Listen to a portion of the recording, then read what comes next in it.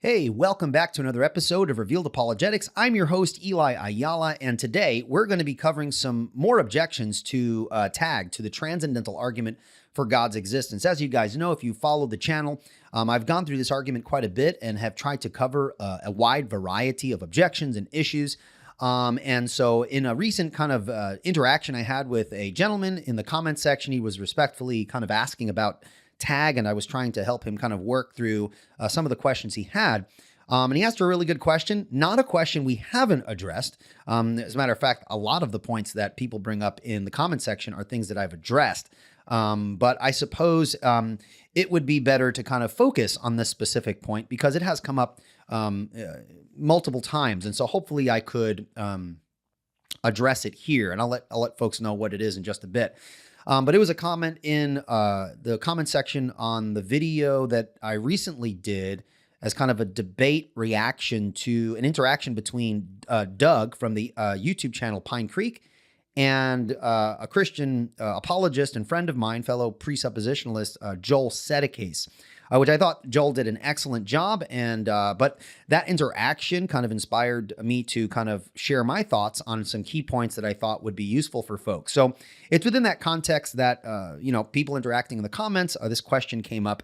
And it is the question of, let me kind of walk through this then, and I'll kind of introduce the question. Okay. And maybe folks have thought about this when you're thinking through tag.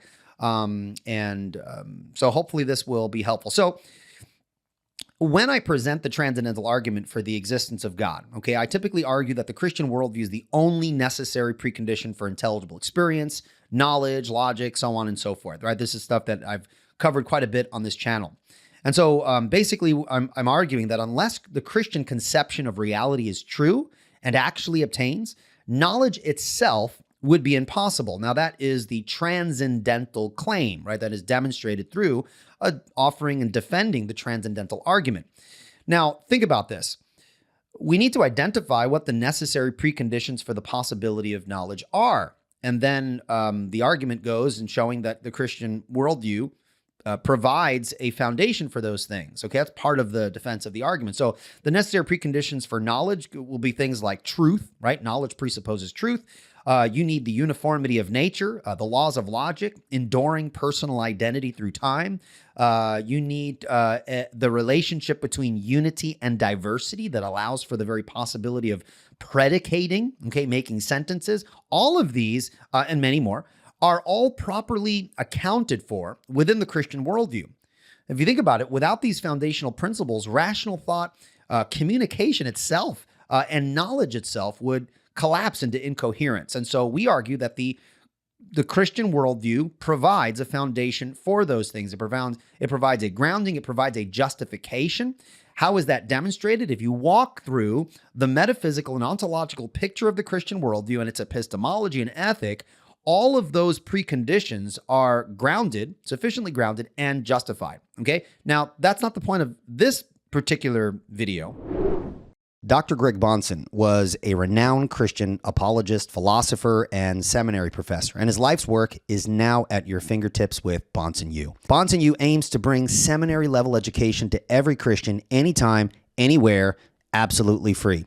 Gain access to over 140 courses covering theology, apologetics, eschatology, and law, featuring sermons, seminary lectures, and more from the legendary Dr. Greg Bahnsen.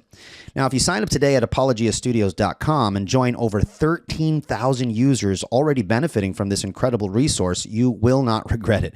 And soon, they're expanding with Bahnsen U Plus and Bahnsen U Live, bringing fresh supplemental learning and real-time engagement. Again, go to apologiastudios.com and start your journey today.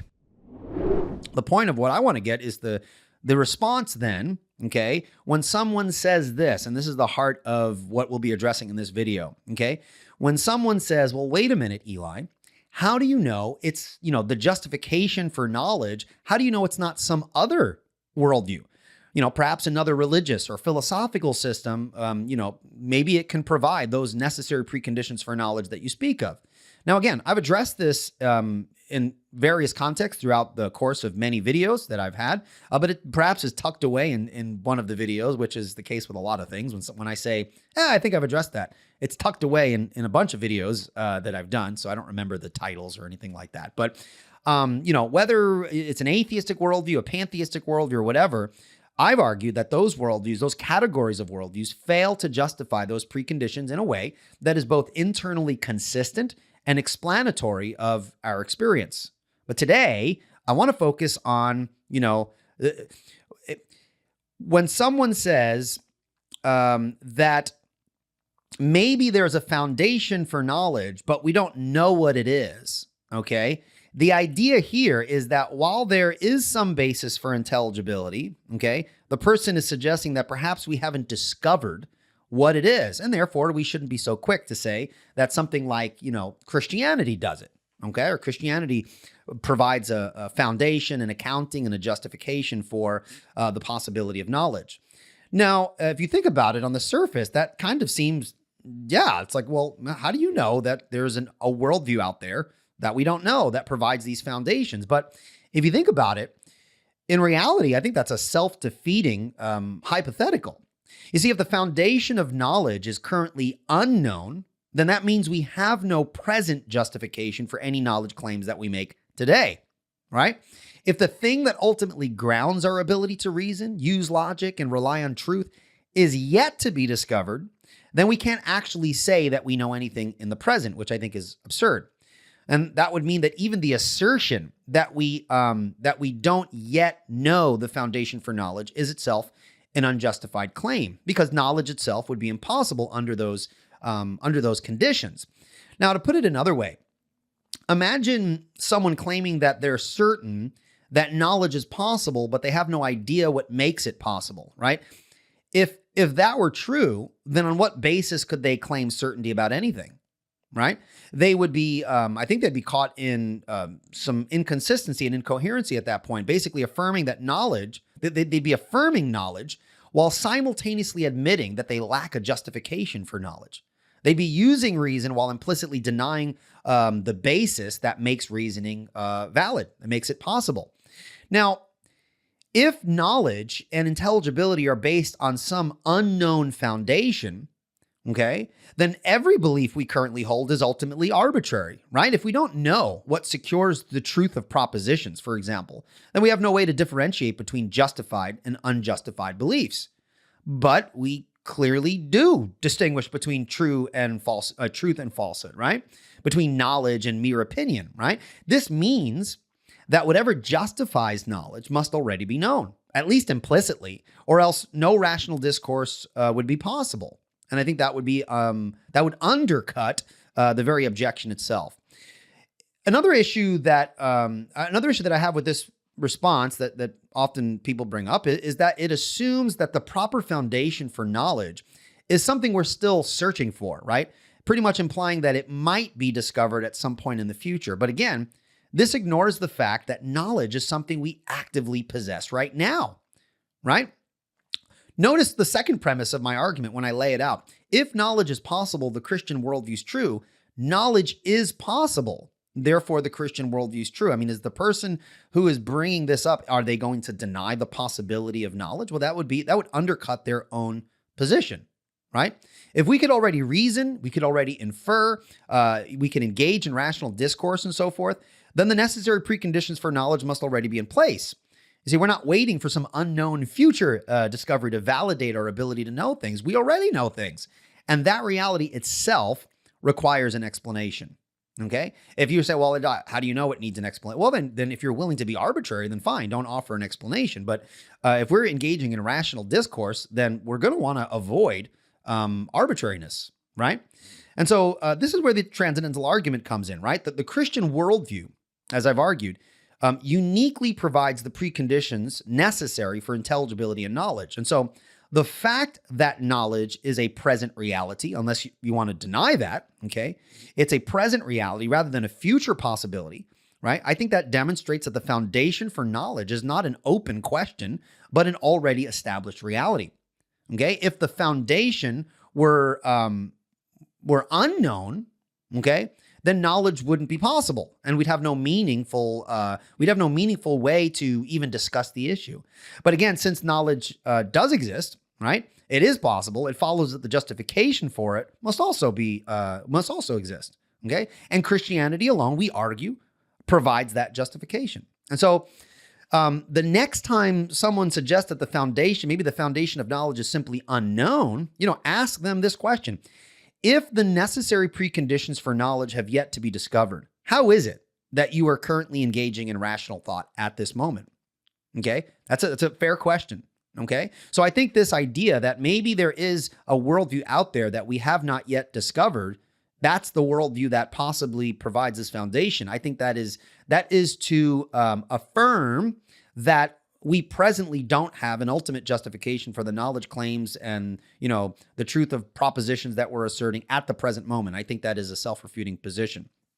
Now, one possible response to what I'm saying here is it might come in the form of, an appeal to pragmatism. Okay, someone might say, sure, we don't know the ultimate foundation for knowledge, right? But we need to kind of proceed through life, as it were, as if we do. Because it's a practical necessity, right? We make assertions, we use logic, we think rationally because doing so works, right? It allows us to function and navigate the world effectively. This is what the pragmatist might want to say. But again, this kind of response, I think, ultimately fails as a justification for knowledge. It confuses practical utility with epistemic justification, right? Dr. Bahnsen often pointed this out. This is an insufficient grounding for rational thought. I mean, think about it. The first major problem that I have with pragmatism is that it reduces truth to what works, right? But think about it. What works is not necessarily what's true, right? A belief can be useful without being objectively correct. Now, for example, if a man stranded in a desert, he's in the desert somewhere, right? Let's assume this person sincerely believes that an oasis is ahead, right? He's like, man, if I can just get to that oasis, right? And this belief motivates him to keep going rather than just collapsing and just falling dead, right? That belief is useful to him. But if there is in fact no oasis, then his belief is false despite its pragmatic usefulness. Okay? Now, if knowledge is merely defined as what helps us function, then there's no room for truth in the objective sense. If you think about it, right? Knowledge by definition is not merely having useful beliefs, right? It involves having justified true beliefs or warrant, however you want to, hash that discussion as well, right? Pragmatism, by failing to account for truth in any ultimate sense, I think collapses into a form of relativism, where truth is whatever happens to be useful for a given individual or society at a given time. Again, I think that's problematic. That is an undercutting, that undercuts, the very foundation upon which the person wants to argue against the Christian. Okay, pragmatists claim that we should accept logic, induction, reason, all these sorts of things because they work. But how do they determine that something works? Think about this, apart from already assuming the validity of logic and reason. Right? To say that a belief system works is to already presuppose a rational framework in which the concept of working is meaningful. Okay? But if rational thought is only pragmatically justified, then pragmatists have no objective basis for saying that logical reasoning itself is valid in the first place. Okay? I love how Dr. Bahnsen, he identified pragmatism as something that is epistemically parasitic. Okay, it depends on categories like logical coherence and truth that itself cannot justify. A pragmatist can't establish the validity of logic by appealing to pragmatic necessity because pragmatic necessity is only intelligible within a logical framework, right? And of course, this is circular reasoning at its finest, the very thing that we're often accused of engaging in. Now, if we only believe things because they're useful, then what happens when competing beliefs all appear to be useful, right? Societies have functioned on contradictory worldviews throughout history, right? If utility determines truth, then multiple mutually exclusive beliefs could be true at the same time. depending on the culture or the time period, right? But truth cannot be relative in this way. I think that's an irrational perspective on truth. I think it's self-vitiating. Now, pragmatism, I think, provides no way to differentiate between justified and unjustified beliefs beyond their immediate practical effects, right? But what if a belief is useful in the short term, but ultimately destructive in the long term, right? What if a belief is useful for one person, but not another person? Okay, does truth depend on circumstances? Well, of course not. And so you see, a theory of knowledge that cannot provide objective criteria for distinguishing truth from falsehood is no theory of knowledge at all. It's just a form of disguised skepticism. And so, again, I don't think pragmatism is going to help, help the issue here. Okay. And so if you contrast this with the Christian worldview doesn't justify knowledge on the basis of practical necessity, right?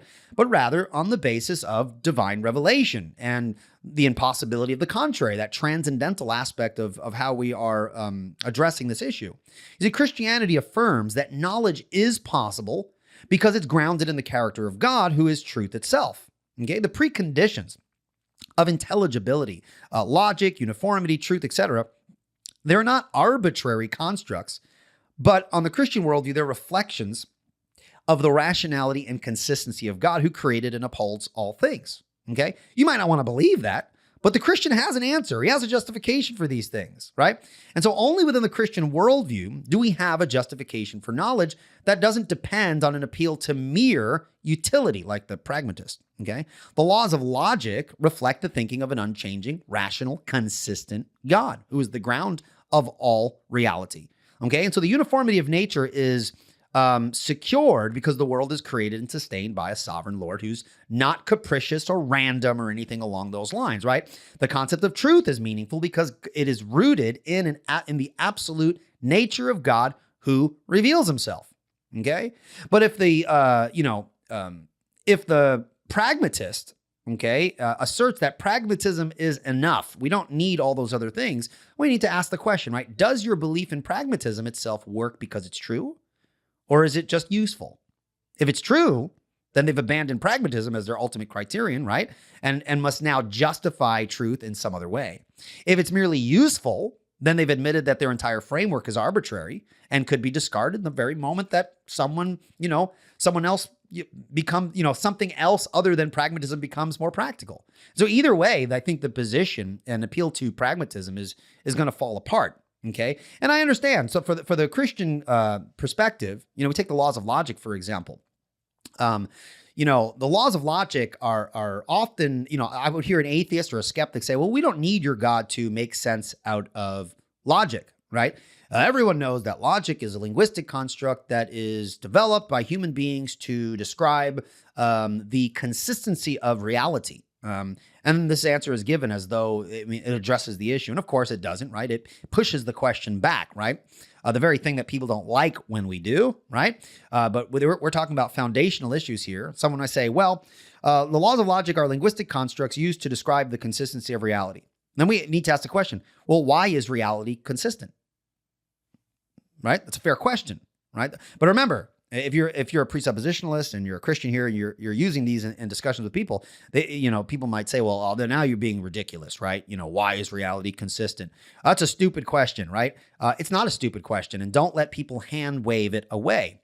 Why is reality consistent? Well, what are they going to say? Well, they're going to say what? Well, that's just the way reality is. So it's a brute fact of reality. Okay. Now remember what Dr. Van Til taught us, that a brute fact is a mute fact. Facts don't speak. Facts are interpreted, and they're interpreted in light of worldviews, and that's where we're trying to challenge the skeptic, okay? Make sense out of the consistency of reality from within your worldview. If the way you make sense out of that is simply asserting that that's the way reality just is, then that's no different than simply being arbitrary. Reality is consistent because that's just the way it is. Or they'll say, it has demonstrated its consistency throughout the past, and so we're justified in asserting that it is consistent until we see something go out. Again, now they run into the issue of the uniformity of nature, which they're going to have to answer the basic questions that are brought up by David Hume, which was something that was brought up in the other video where I was interacting with that debate between Joel and Doug. Introducing All Access, your premium gateway to deeper apologetic and theological insights. Through Q&A sessions, theological lectures, and exclusive bonus content, All Access takes your learning to the next level. Support the ministry of Apologia Studios while unlocking incredible resources like Ask Me Anything, which is an interactive live stream featuring Jeff Durbin. We have the Academy featuring theological lectures from leading experts and exclusive content from shows like Apologia Radio and Cultish. With more exciting content on the way, there's never been a better time to join. Visit apologiastudios.com and click join to get started today. Okay. Now, someone might turn around and say, well, wait a minute. You know, the consistency of reality is reality is just reality, right? It's a brute fact. And how is that any different from your God claim, right? Isn't God a brute fact from your perspective? And the answer to that question is no, God is not a brute fact. A brute fact is a fact that has no explanation or justification. It just is. And it doesn't have any what we might call external or internal explanation. It just is contingently so. It is what it is. Okay. That you just assert it arbitrarily, right? It's a brute fact. It is a given. Within the Christian worldview, God is not a brute fact. Okay. A brute fact has no internal or external explanation. It's true that God in the Christian worldview doesn't have an external explanation for his existence, right? Given the doctrine of divine aseity, God does not depend on anything external to himself for his existence, but God does in fact have an internal explanation for his existence, And that internal explanation is that God exists out of a necessity of his own nature, right? It is his nature to exist. And that is entirely appropriate given the kind of being God is. Okay. So it's not the existence of God is not a brute fact. The explanation is that he exists out of a necessity of his own nature. Now, if you were to assert, well, wait a minute. Well, maybe the universe just exists out of a necessity of its own nature. Oh, so now we're not asserting the consistency of reality as a brute fact because now you're giving an internal explanation. But if you give an internal explanation of the metaphysical picture, okay, you're asserting something about metaphysics. To which then we need to pivot to the epistemological question, okay, which is part of your worldview, right? We're talking about worldviews here. Epistemologically, how do you know that nature is the way that it is, right? You need to have an epistemological link to have a grounding for why you were asserting that the metaphysical picture is what it is. And so there's a problem here. So again, I don't think that the skeptic provides any meaningful answer by appealing to pragmatism or any other philosophy that's not grounded and rooted in the Christian picture. And that's just part of what we're arguing, right? So let's think of it this way, kind of lay this out. So point one, if knowledge is possible, then the necessary preconditions for knowledge must already be in place. Okay. Two, if the foundation for knowledge is unknown, then we have no justification for our knowledge claims. Point three, if we have no justification for our knowledge claims, then we cannot know anything. Point four, but we do have knowledge. Okay, denying this would be self-defeating. And therefore, the foundation for knowledge is not unknown, but must be something already identified. That's point five. Six, only the Christian worldview provides a justification for the preconditions of knowledge that would be defended transcendentally. And therefore, conclusion, the Christian worldview must be true. In other words, the Christian picture of reality must be the case, okay, in order for knowledge to be possible. All right. And so, again, asserting a hypothetical unknown worldview is not going to work without undercutting the person's own position. Now, a few things here then. When someone brings up the idea of a hypothetical worldview that supposedly provides the necessary preconditions for knowledge, you need to press them on an important question. Okay. And I often have brought this up in various contexts. When someone brings up the hypothetical, I ask them, do you hold to that worldview, that hypothetical worldview? And they say no. Then what they're suggesting is, again, it's a hypothetical, but if they don't actually believe in this hypothetical worldview, then they're admitting, at least implicitly, that they currently lack a justification for knowledge. Why? Because they're pointing to something they don't actually affirm as their supposed foundation. If they're confident that their own worldview provided these preconditions, then why don't they just simply argue for their worldview directly? Why appeal to, some possibility out there? And so the moment they introduce a hypothetical worldview, they don't one that they don't personally hold, they're either one, implicitly admitting that their own worldview doesn't provide the necessary foundation for knowledge, or two, they're suggesting that an unknown worldview might provide the necessary preconditions for knowledge, thus undermining the very intelligibility of their question in the first place. And so if they take the first option, they've already conceded the debate. They don't have a justification for knowledge within their own worldview. And if they take the second option, they're essentially saying that the necessary foundation for intelligibility may exist, but they don't currently know what it is. But if they don't currently know what it is, then by their own admission, they have no present justification for reason, logic, truth, etc. And yet they are attempting to engage in rational discussion, which is doesn't make sense because those things ought to be in place before you are engaging in a rational discourse. Okay. And so this is where, and this is so important, this is where the myth of neutrality tries to sneak in, right? The skeptic assumes that he could float between his own worldview and a hypothetical alternative without committing to either one, right? But of course, this is an illusion. You need to be able to point that out, right? The skeptic has to stand somewhere in order to argue in the first place, right? There is no neutral ground between worldviews. Either he is justified in his reasoning or it is not the case that he's justified in his reasoning. And as Christians, we need to recognize this assumption when it appears in our discussions and our interactions, right? It's going to creep in, this idea of neutrality. It's going to creep in subtly if you're not careful. And if left unchallenged, right, it allows the skeptic to smuggle in the very intelligibility that his position ultimately cannot account for. Pardon. Okay. So these are pretty, the issue of, and I've often called this the twin poisons, right? The twin poisons are autonomy, the assumption of autonomy, the self-sufficiency of human reason and its ability to gain knowledge independent of revelation, and neutrality, this idea that we can be kind of neutral and no one knows as of yet and just follow the, all of these categories are things that will sneak in at different points of the discussion. The apologist is going to have to recognize when those things sneak in and call it out. Excuse me, that assumes that neutrality is possible. Can you demonstrate to me that neutrality is possible? Think about it. If you assert that neutrality is possible, then you are by extension not being neutral to the position that says neutrality is not possible. And so what we have here is the fact that no one is neutral, which is what I've been saying for years. Okay. And of course, people will say, oh, well, this guy is disingenuous because he doesn't believe that neutrality is possible. No, that's not me being disingenuous, right? I'm not being disingenuous because I don't hold to your foundation. I'm being consistent with my own foundation. Okay. So if you're an apologist watching this, you want to be careful of the assumption of neutrality and autonomy, because that is not simply something that we point out because I believe that the Bible says we should avoid it. But I think philosophically, those assumptions will negatively contribute to the deficiency of the worldview that are putting those categories forth. Okay, so very, very important. And well, I hope that clarifies some things. I want to go through a few questions and share my thoughts on them related to this issue. So someone asked, but isn't it possible that we just haven't yet discovered the true foundation for knowledge? Why rule out future discovery? And again, it's kind of addressed what I've just been addressing this whole time. But the problem with this objection is that knowledge is something we already possess. Okay, unless someone's going to deny that, right? We're not in a neutral epistemic state, right? Waiting for justification to arrive some point in the future, right?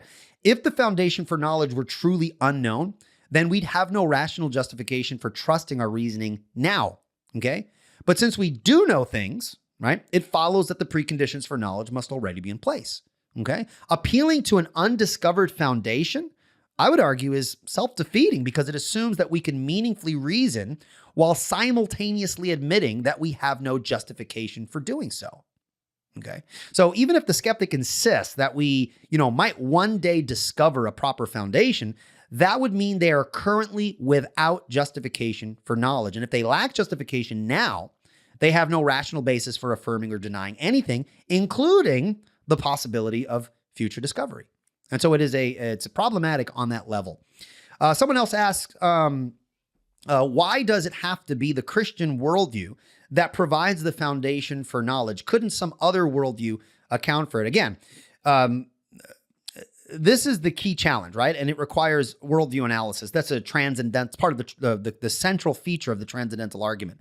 Now, the Christian claim is not merely that Christianity happens to provide a foundation for knowledge, but that it is the only worldview that can do so without collapsing into self-contradiction, arbitrariness, or skepticism. Okay. Alternative worldviews, whether naturalistic, pantheistic, or some form of non-Christian theism, I think fail to account for the necessary preconditions for knowledge in a way that is both internally coherent and able to justify rationality itself. For example, you have atheistic materialism, which I would argue cannot justify the immaterial laws of logic or the uniformity of nature on its own terms. Everything is ultimately reducible to matter and motion, of which you have a problem of abstractions and universal conceptual laws. And as I mentioned before, stating that the laws of logic are simply linguistic constructs to describe the consistency of reality runs into the problem of arbitrariness of asserting that reality is consistent as a brute fact.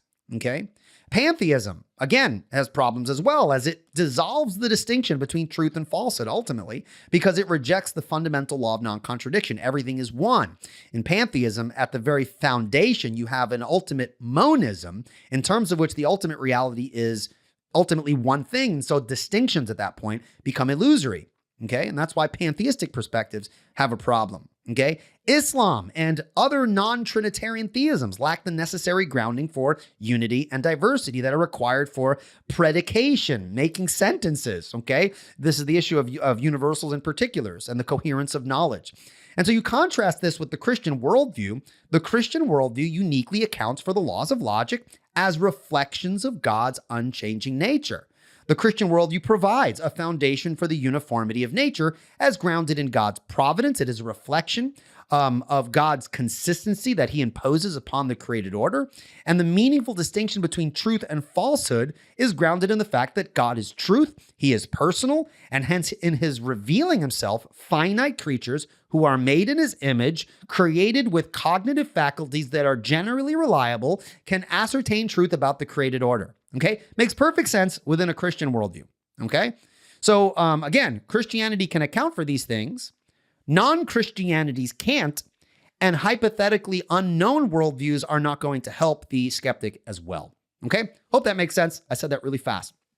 Is there a slow motion? I guess you can slow my voice down if you were, I don't know if there's a feature, a feature that does that. Okay.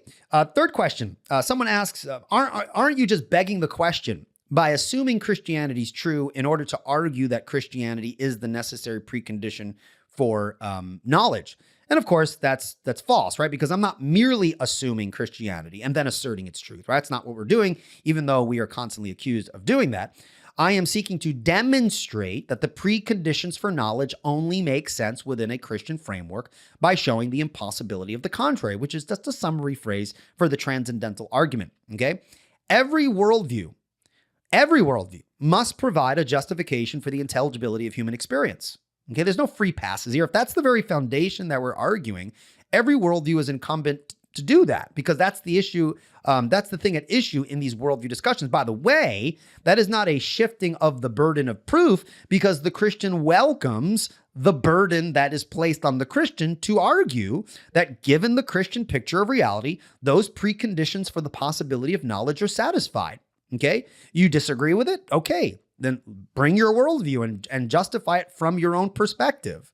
Okay, and internally critique the Christian. Well, this isn't hard, right? We can do this. It's just we never get to that because people don't understand how transcendental arguments or worldview argumentation works. Okay, so this isn't circular reasoning. It's a transcendental argument, which differs in a very interesting sense from standard arguments that you might give. But a transcendental argument asks a more fundamental question, right? What must be true in order for knowledge to be possible at all? And the answer is that only Christianity provides the necessary foundation. Okay, that's what we're arguing from the Christian perspective. And so the skeptic isn't standing in a neutral position with respect to this issue. If they reject Christianity, okay, they need to provide an alternative foundation for knowledge that is both internally consistent and capable of justifying rational thought. Okay, if they can't, then their rejection of Christianity itself is not based on a justified alternative, but on an arbitrary assumption. Okay, so it's not an issue of, Christian, let me hear what you have, and then the Christian gives what they have, and then you just reject it, and that's enough. It's like, no, you need to reject it from a foundation that is itself sufficient to ground the very intelligibility of your rejection, okay? All right. So we're arguing about fundamental issues here. Now, we're not arguing about the price of eggs at the supermarket. Okay. We're talking about the preconditions of knowledge and intelligibility itself. And so it's not going to be enough to just disagree with the Christian. Interact with the Christian worldview, provide an internal critique, provide a positive explanation and demonstration and justification for your worldview as the Christian seeks to do so for theirs.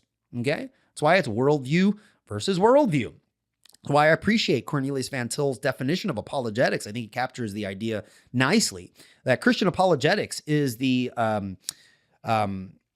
what does he say? He says it is the vindication of the Christian philosophy of life, Christian worldview, over against non-Christian philosophies of life or non-Christian worldviews in whatever form they may come. So we're dealing with worldview issues. We're not dealing with disagreement over some singular fact, okay? We're dealing with systems of thought. I think that's important to keep in mind. Now, what if someone says, well, Eli, what if knowledge just works, right? And it doesn't need a deeper justification. Isn't it enough that we think and reason successfully? And again, when someone asks this question, it's essentially a form of pragmatism, right? As I explained earlier, right? Pragmatism fails as a justification for knowledge, right? Just because something works doesn't mean it's true. Isn't that right? A belief could be useful for survival or useful for social function, okay, while being completely false. See, the statement, think about this, the statement knowledge just works is itself a knowledge claim. But if we have no justification for why knowledge works or why reasoning is valid, then we can't claim to actually know that it works. We're simply assuming it arbitrarily, okay, or out of pragmatic necessity. Okay. And so the Christian worldview doesn't merely say that knowledge happens to work, but that it works because it is grounded in the unchanging, rational nature of God. By contrast, if you contrast this, any system that merely assumes knowledge without justification is ultimately going to be arbitrary or self-refuting. Okay.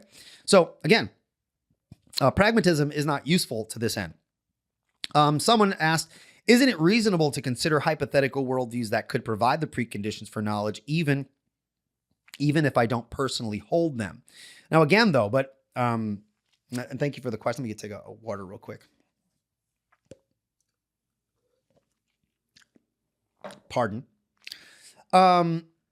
So let me read the question again. Isn't it reasonable to consider hypothetical worldviews that could provide the preconditions for knowledge, even if I don't personally? Okay. So if a person presents a hypothetical worldview as a possible explanation for the preconditions of knowledge, as I said before, they're admitting that their current worldview does not provide those foundations. Otherwise, they wouldn't appeal to a hypothetical if their worldview can do it. Okay. But this raises the issue, okay? If they're saying, I don't currently know what justifies knowledge, but maybe some hypothetical worldview does, then they're conceding that they presently lack justification for their reasoning. And that means they have no rational basis for making knowledge claims right now. Isn't that right? And so they're assuming a neutral position where they can float between worldviews, but as I pointed out earlier, that's not possible. Okay. When you are evaluating worldview A over here and worldview B over here, you're not doing so while not standing on some worldview. Okay. And so they need to stand on some worldview to reason and make claims in the first place. If their worldview doesn't provide justification for knowledge, then they have no epistemic footing to even suggest that another worldview might. Okay. And so instead of appealing to hypothetical worldviews they don't actually hold to, they need to defend the worldview they do hold. If their worldview can't justify knowledge, right, then they've already lost the debate. All right. And so again, understanding the fundamental foundational nature of these issues and what the transcendental argument is addressing, I think is vitally important. Okay. Now, someone says, what if knowledge is just a brute fact? Maybe it doesn't need justification beyond itself. Again, to claim that knowledge is a brute fact, meaning it simply is without explanation, is to surrender rationality at that point, right? A brute fact is something asserted without reason, without justification or coherence within a larger system. It just is, okay? But saying that knowledge is a brute fact is indistinguishable from saying we have no reason why knowledge exists, but we'll assume it anyway, right? But if we assume knowledge arbitrarily, then we have no basis for distinguishing between truth and falsehood, right? Knowledge requires structure, justification, and necessary preconditions. Without these, we have no reason to trust our own reasoning. Now, you contrast this with the Christian worldview. The Christian worldview provides a structured, rational explanation for why knowledge is possible, because God, who is truth, has created a rational world and has given us minds capable of knowing truth, right? Brute facts, by definition, provide no explanatory power, right? It just is, right? Whereas Christianity provides the necessary foundation for knowledge. We provide a justification, which makes Christianity at its foundation not arbitrary, okay? Last question here. So couldn't reality itself be structured in such a way that knowledge is possible without appealing to God, right? Okay, so I think this question, I think, assumes the very thing it needs to prove, okay? So to say that reality is structured in such a way that knowledge is possible, I think presupposes an ordered, rational, and intelligible universe, right? But why? That's the question. Why is reality structured this way? What justifies the assumption that it must be this way rather than, chaotic or unintelligible or, all, sound and fury signifying nothing? And again, the Christian has an answer. Okay. The world is intelligible because it is created and upheld by a rational God. But the skeptic who makes this claim has no justification for why reality must be rational, right? They are merely assuming it without further explanation, in many cases, just as a brute given. Okay. And as soon as they assume order and rationality without justification, then again, if you can be arbitrary, someone else can be arbitrary, and you haven't justified anything. Okay. And so if knowledge is truly possible, then there must be a reason for why the world is structured in the way that knowledge exists. Okay. Christianity provides that reason. Atheism, all forms of atheism, I would argue, other non-Christian worldviews don't. Okay. Folks might not like it. They might not like the appeal to God, but not liking something is not the same as demonstrating its falsehood. Okay. I'm not an atheist. Not simply because I don't like atheism. I think it's false. I think it's doesn't provide a basis for anything. Okay. So atheism is not a worldview. Fine. Take whatever worldview you want that's not the Christian one, and you can keep it, because it gives no unity. It gives no coherence. It does not provide a foundation for science. It does not provide a foundation for logic. It does not provide a foundation for anything meaningful and worth engaging in intellectually. Okay. I think that non-Christian religious perspectives as well reduced to arbitrariness, inconsistency, and incoherence. Have I just asserted that just by faith? Of course not. Right. I've offered reasons and things like this. So ultimately, I have a reason and a justification for my worldview. What's the reason and justification for yours? Right. That's the simple challenge. All right. Well, I hope that this is somewhat clarifying, and I apologize if I've gotten anyone upset. Okay. Yeah, I'm a Christian, so I'm going to affirm Christianity, right? I believe the Bible is the word of God. I believe it is inspired by God. I believe that the God who is the foundation of all things, who is the creator of all derivational facts that derive from the more fundamental foundation. God is that foundation. He gives meaning to facts. He creates man with cognitive faculties that are able to apprehend his creation, that we are created and gifted with many beautiful and wonderful intellectual gifts, and God will hold us accountable for how we respond to him. Okay. So, yeah, I'm a Christian. I affirm Christianity. I think Christianity is eminently rational. And I think it is, intellectual. What was I going to say? So it's intellectual. What's the word I'm looking for here? I think it is silly to say that, well, you think Christianity is rational, but you believe in people rising from the dead and miracles and things like that. Believing in those things isn't irrational. It doesn't violate any canon of logic. To think that that's silly is simply just to express your worldview and your bias against my worldview, which just identifies the fact that you're not neutral, which is surprise, surprise. We already knew that. Okay. So yeah. So there you go. All right. There was a lot there. Sorry if I got a little saucy towards the end there, but those are my thoughts here. I hope this is helpful, or at least inspires further discussion. For those in the comment section, or those who are engaging in apologetics and interaction with others, make sure, now I'm kind of just walking through this pretty quickly. Pardon. But make sure that when you are interacting with people, okay, that you do so with gentleness and respect. I want to continually remind folks of the importance of engaging with respect. Does that mean that sarcasm is never appropriate? No, I do think that there is a context for sarcasm and things like that. But for the most part, I do think that we need to be careful how we express ourselves and that we are engaging with respect. Okay. Don't spend too much time arguing with someone who's just trying to argue for the sake of arguing. You want to value your time, guys. Okay. So you need to, and I've said this multiple times in many videos, choose your discussion partners wisely. Okay. Make good use of your time. All right. Well, that is it for this episode, guys. I thank you so much for giving me your time. If you've made it this far, I really, really appreciate it. Guys, if you have not yet subscribed to Revealed Apologetics, please click that subscribe button and hit that notification bell for future videos. And share this content if you think it is useful for folks and you think it'd be beneficial for folks who are studying these issues. All right. Well, that's it for this show, guys. Until next time, take care and God bless. Bye-bye.